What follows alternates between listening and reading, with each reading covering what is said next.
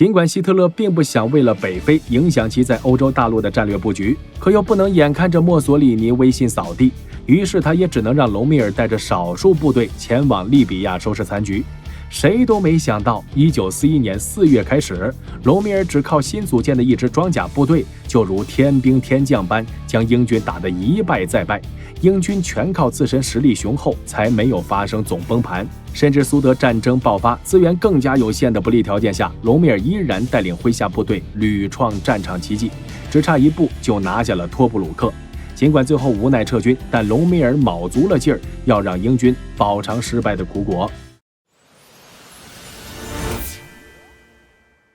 回顾隆美尔到任后的战局，会发现，即使在占据战场优势的情况下，德军的攻势也很难长时间维持，而英军却有着近乎无尽的后备力量。这揭露了隆美尔战术胜利难以变成战略性胜利的根本困局，那就是英国人可以利用马耳他岛随时切断它的海上补给线。摊开地中海周边地图可以看到，面积仅316平方公里的弹丸小国马耳他，正好卡在意大利到利比亚的海上交通线上。二战时期又恰好是英国的殖民地，可让人百思不得其解的是，马耳他距离英国人控制的直布罗陀距离1000英里，距离亚历山大港800英里，而距离意大利西西里岛却仅有90公里。看似在二战爆发后英军绝对无法守住的这个小岛，却成了意大利海军和北非德军的噩梦。英国驻扎在马耳他的空军和小型舰队打得意大利海军拱手让出地中海南部的制海权，还不断在隆美尔的海上大动脉上放血。要说希特勒和隆美尔看不到马耳他的重要性，那也是冤枉他们了。可问题是1939年二战爆发时，德国海军实力只相当于一战时期德国公海舰队的一支分舰队，能够进入地中海作战的只有潜艇。而表面上实力强大的意大利海军，一方面饱受燃油困乏之苦，一方面又从上到下都畏鹰如虎。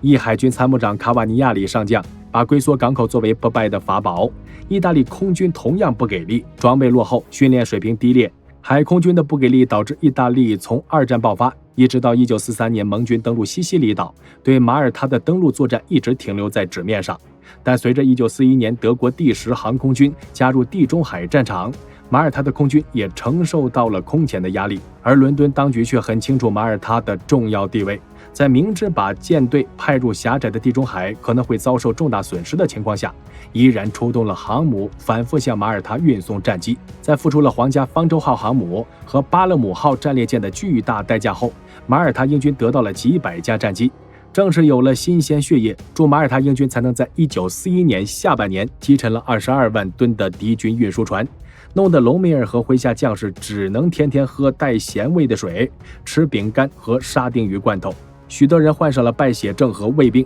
坦克和车辆的燃油和备件也得不到稳定供应，这也成为了沙漠之狐一战托布鲁克失败的重要原因。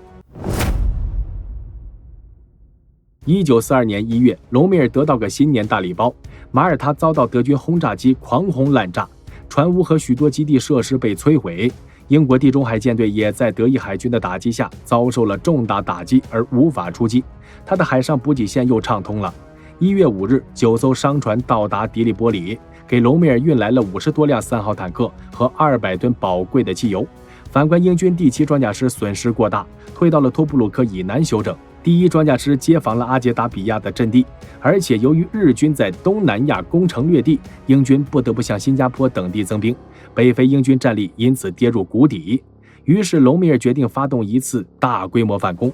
1942年1月21日，隆美尔收到电报，得知希特勒已经下令将非洲装甲兵团改为非洲装甲集团军，还授予他一把佩剑和一枚橡树叶奖章。隆美尔精神大振，立即到前线亲自带领突击队冲锋，德军坦克一马当先，猛冲英军阵地，卡车牵引反坦克炮也跟着进攻，如跳跃般快速设置阵地，将反击英军坦克一一击毁。英军第1装甲师缺少沙漠作战经验，又分批进入战场，成了添油战术，短时间内损失了1半坦克。1月26日中午，隆美尔下令主力部队佯装向梅奇里前进，自己亲率一支小部队突袭班加西。连隆美尔都没想到，仅拥有几辆坦克和装甲车的这些德军，竟靠突然袭击就击溃了一个印度师，重新占领了班加西，并缴获了大批战利品。29日，听闻大捷的希特勒龙颜大悦，在演讲中把隆美尔夸成了战神，并决定将其军衔提升为大将。不过，隆美尔的部队已成强弩之末，无力继续追击英军残兵败将。又得知英军已经在托布鲁克以西75公里的贾扎拉构筑了防线，只能从2月6日开始停战休整。2月15日，隆美尔飞到罗马。虽然墨索里尼热情款待了他，却绝口不提讨论具体军事问题。17日，他又来到东普鲁士的大本营狼穴，想了解德军统帅部对1942年地中海和北非战局的整体规划。可希特勒只想扭转苏德战场局面，根本没心听隆美尔汇报。幸好德军南线总司令凯瑟琳元帅非常支持隆美尔再立新功，他最后说服希特勒支持隆美尔。4月底，希特勒和墨索里尼举行会谈后，下令隆美尔拿下托布鲁克后必须停下，以便集中海空军进攻马耳他。而3月中旬，隆美尔返回利比亚，就全力以赴准备新一轮进攻。他任命俾斯麦少将接任第21装甲师师长，瓦尔斯特中将接任第15装甲师师长。在德军厉兵秣马的同时，英军也在准备下一次大战。年近80公里的贾扎拉防线达到加强，防线的北端由南非第1师把守，南端要塞由自由法国第1旅驻守。防线的中央是西迪哈夫塔，其后方10多公里的要塞由英军第1旅把守，还有强大的机动部队随时增援。为突破英军的坚固防线，隆美尔决定把全部坦克集中到贾扎拉防线的南翼，然后北上绕到防线的背后，切割英军机动部队与其一线部队之间的联系。1942年5月26日晚8点30分，隆美尔下令进攻开始。德军主要突击部队迂回贾拉扎防线，于凌晨3点成功绕到了英军后方。可到了预定发动进攻的时间，2个装甲师还远在比尔哈西姆以南，其他各路也遭到了英军的顽强抵抗。英军还首次出动了美式格兰特坦克，这些古怪的坦克靠车身上的75毫米炮给德军的坦克部队以沉重打击。连续2天进攻失利后，29日晚，隆美尔决定放弃他原来的计划，反坦克炮部队构筑阵地，阻止英军坦克的进攻，其余炮兵支援步兵向西猛攻西迪穆夫塔，这样德军坦克可以在反坦克炮构成的屏障后养精蓄锐，让英军猛攻导致损失惨重又筋疲力尽时，再由装甲部队发起反攻。5月31日，隆美尔亲临第1线，发动对西迪穆夫塔的猛攻。6月1日，德军飞机前来增援，3000多英国守军士气崩溃而投降。6月2日，隆美尔又指挥部队在斯图卡俯冲轰炸机的支援下包围并猛攻比尔哈西姆。没想到4000名自由法国军的官兵和1000名犹太人志愿军竟然爆发出惊人的战斗力，面对德军强大火力死战不退，直到3天后才因打光弹药而撤退。隆美尔终于摆脱了被动局面，又经过2次大规模坦克战击毁英军坦克140辆。6月17日，隆美尔率部兵临托布鲁克城下，一部在西南面仰攻吸引守军的兵力，主力则经过托布鲁克向东运动，然后集中在要塞的东南面。6月20日5点20分，德军上百架轰炸机疯狂投弹，随即炮兵不停开火，在英军防线上打开了个宽阔的突破口。大约8时，隆美尔带上参谋团队视察了已占领的阵地，他发现托布鲁克港内几艘船正在起锚，马上下令炮兵开火，很快就击沉了6艘。当天下午，德军攻占了托布鲁克港口区，切断了英军的海上退路。6月20日夜，英军要塞司令克洛普将军鉴于战局无法挽回，召集部下商讨如何突围，但他和上级的通信不畅，又因下属意见不一，贻误了时机。21日天亮后，见4周都是德军，绝望的克洛普将军下令升起白旗，3003守军就这样成为了俘虏。